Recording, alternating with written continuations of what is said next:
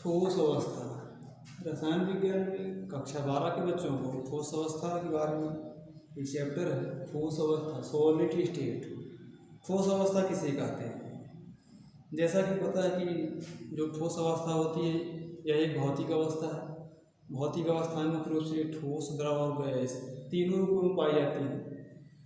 तो जिसमें से ठोस अवस्था इस चैप्टर का नाम है। ठोस के बारे में ही बताया जाएगा। ठोस किसे कहते हैं? तो पहले से ही ज्ञात है कि ठोस अवस्था वह होती है अवस्था किसी द्रव्य की जिसमें उसका आयतन आकार निश्चित होता है। आयतन आकार जिस द्रव्य की अवस्था का निश्चित होता है उसे ठोस अवस्था कहते हैं। तो यहाँ पर भी हम ठोस अवस्था के बारे में ही पढ़ेंगे। ठोस अवस्था में जो है कण एक दूसरे के बहुत नज़दीक होते हैं, जिसके कारण उनके मध्य ठोस अवस्था में जो कणों के मध्य में दूरी होती है बहुत कम होती है। दूरी कम होने के कारण द्रव्य की वह अवस्था धीरे धीरे आकर्षण बलों द्वारा एक मजबूत अवस्था में आ जाती है, जिसे ठोस अवस्था कहा जाता है। तो ठोस अवस्था का आयतन और आकार दोनों निश्चित होता है। इसी आयतन और आकार की निश्चितता के कारण ही ठोस के जो कण होते हैं, परमाणु होते हैं या जो आयन होते हैं वे एक निश्चित बिंदु पर पाए जाते हैं। अपने निश्चित बिंदु पर ही इधर उधर गति करते हैं। अपने निश्चित स्थान से किसी दूसरे परमाणु, अणु अथवा आयन के निश्चित स्थान पर नहीं जा सकते हैं, क्योंकि ठोस अवस्था की यही गुण होता है। ठोस अवस्था में जो परमाणु होते हैं, कण होते हैं, आयन होते हैं, ये किसी भी रूप में ठोस अवस्था पाई जा सकती है, जिसमें उसके कण अपने एक निश्चित बिंदु पर पाए जाते हैं, अपने निश्चित बिंदु पर कंपन करते हैं। अपने निश्चित बिंदु पर कंपन के कारण ही उसमें जो एक बल कार्य करता है, उसी बल के कारण ठोस एक दूसरे से बंधे होते हैं। ठोस में उपस्थित परमाणु एक दूसरे से बंधे होते हैं।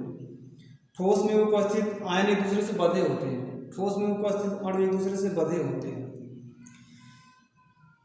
इसी कारण से ठोस जो है एक दूसरे के प्रति बहुत ज़्यादा आकर्षित होते हैं। इसीलिए इसमें आकर्षण बल सबसे ज़्यादा पाया जाता है। ठोस में आकर्षण बल सबसे ज़्यादा प्रबल होने के कारण ही ठोस का आयतन और आकार दोनों निश्चित होता है। यहाँ पर ठोस के बारे में जो पढ़ने जा रहे हैं वो 3 डायमेंशनल है। जो ठोस अवस्थाएं हैं कई प्रकार से होती हैं, जिसमें से आयनिक ठोस होता है, आणविक ठोस होता है, सहसंयोजक ठोस होता है, धात्विक ठोस होता है। तो जो आयनिक ठोस होता है वो आयनिक पदार्थों द्वारा बना होता है। आयनिक ठोस में एक पदार्थ धनावेशित और दूसरा पदार्थ ऋणावेशित होता है। तो एक धन आवेश और एक ऋण आवेश के मध्य में आकर्षण बल अधिक होता है।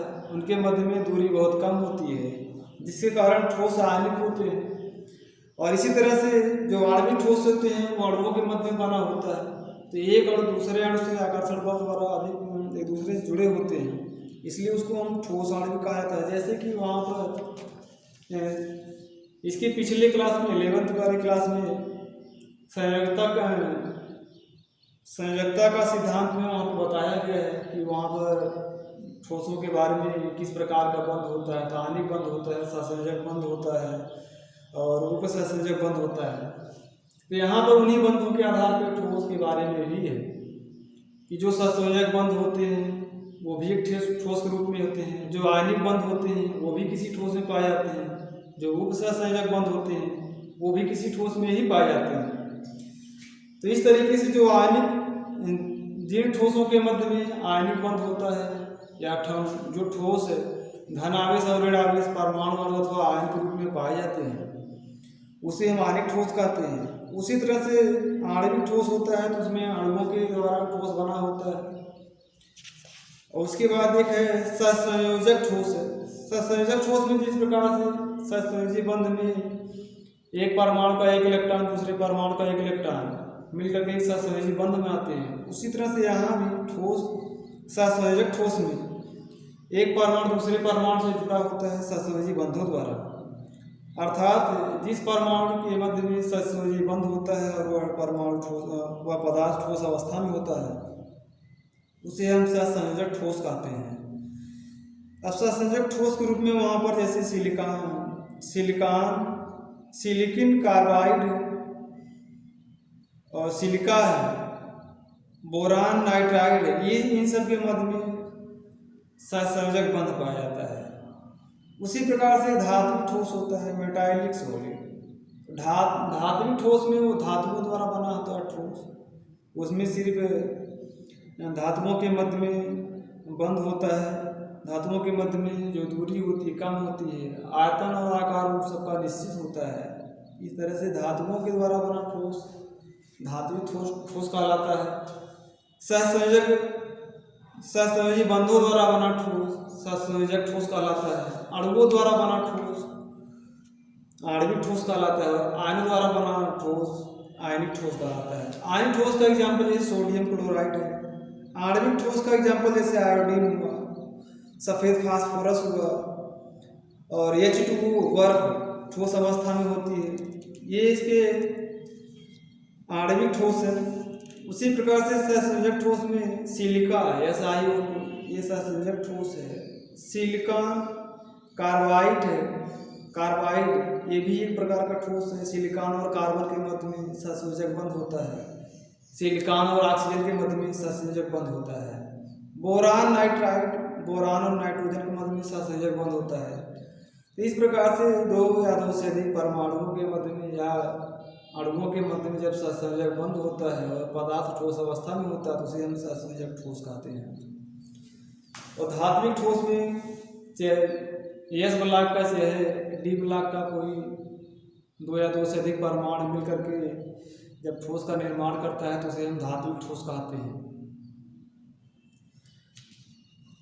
यहाँ पर ठोस दो बंधों के आधार पर ठोस हो गए चार प्रकार के। अब यहाँ पर जो ठोस होते हैं वो क्रिस्टलीय भी होता है और अक्रिस्टलीय होता है। क्रिस्टलीय का मतलब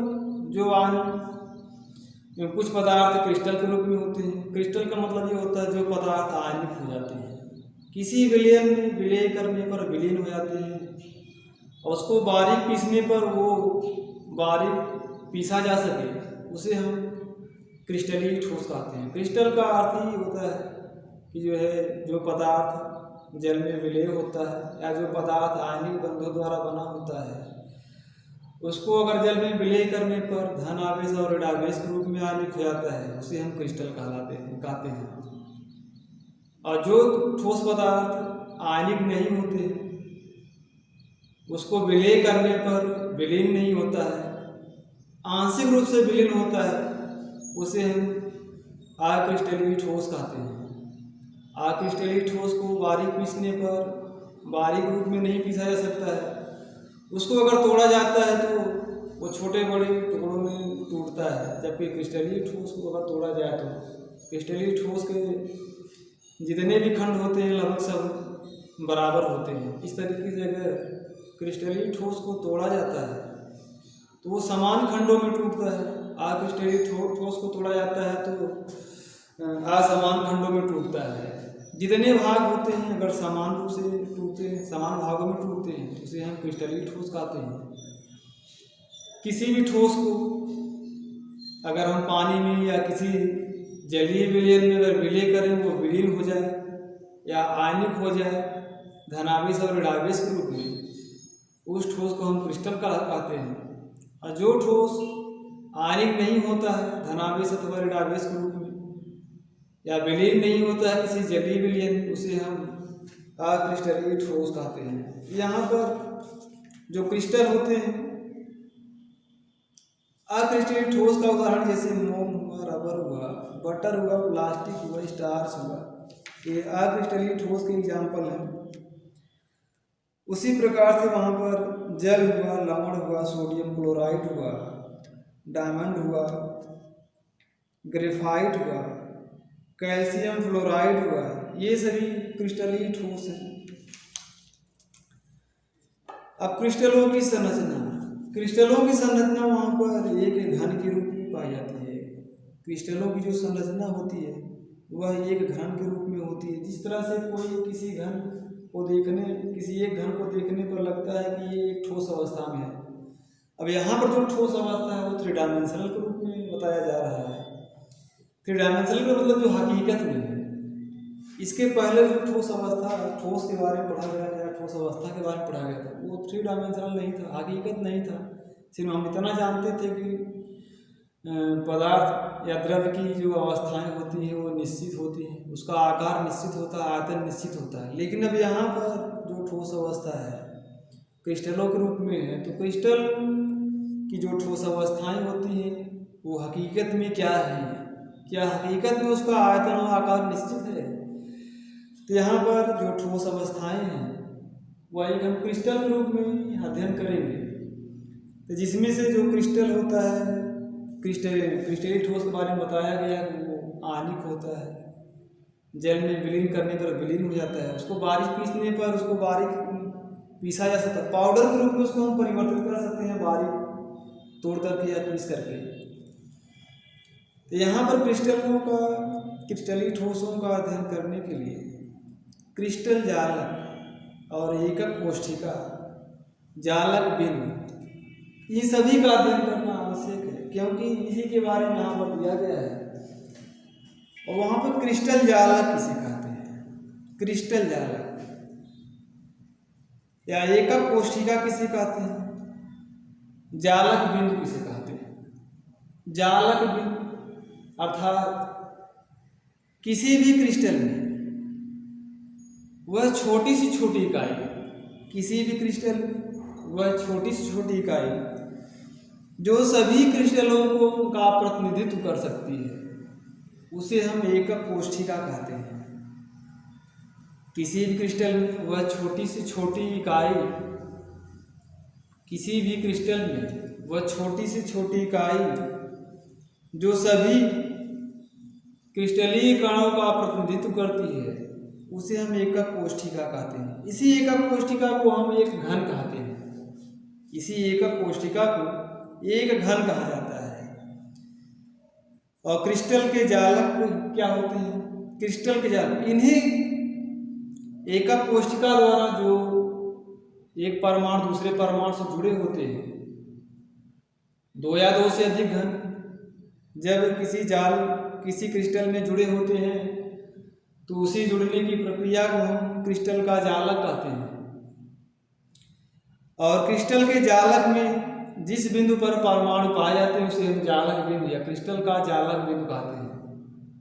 किसी क्रिस्टल के जिस स्थान पर परमाणु, अणु अथवा आयन पाए जाते हैं उसे हम जालक बिंदु या क्रिस्टल का जालक बिंदु कहते हैं।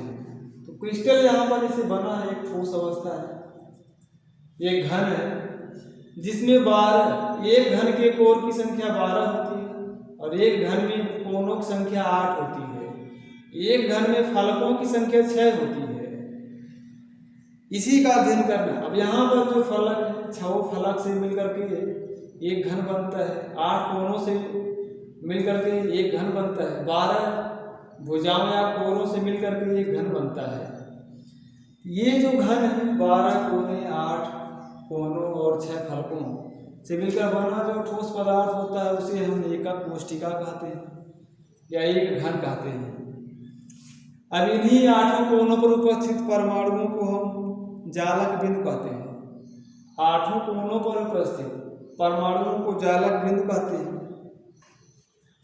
अर्थात किसी एक घन में 8 जालक बिंदु होते हैं, किसी एक घन में 8 जालक बिंदु होते हैं। किसी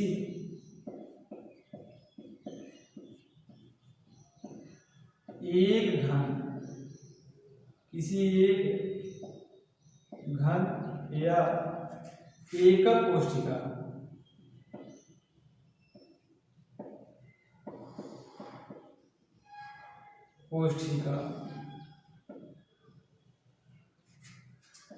में 8 कोनों को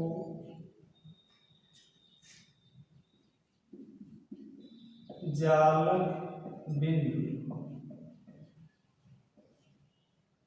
कहते हैं।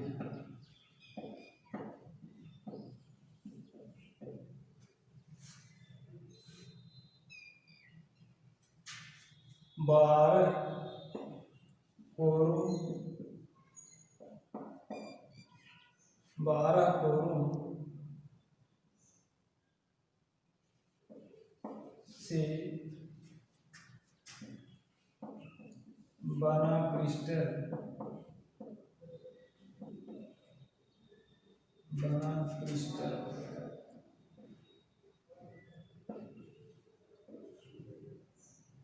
बना क्रिस्टल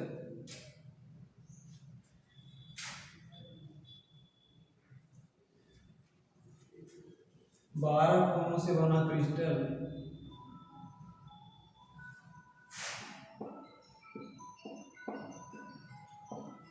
क्रिस्टल जालक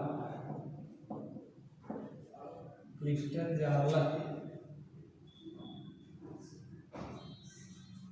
क्रिस्टल जालक कहलाता है।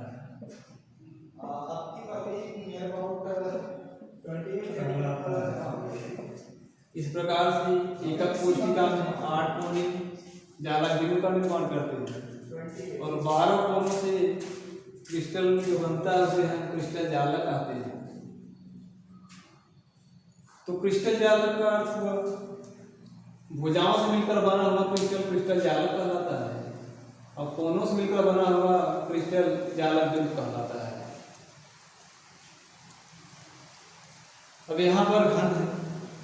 अब घनों यहाँ पर घन कई प्रकार के जो एकक कोशिका है या जालक बिंदु है, ये कई प्रकार से होते हैं।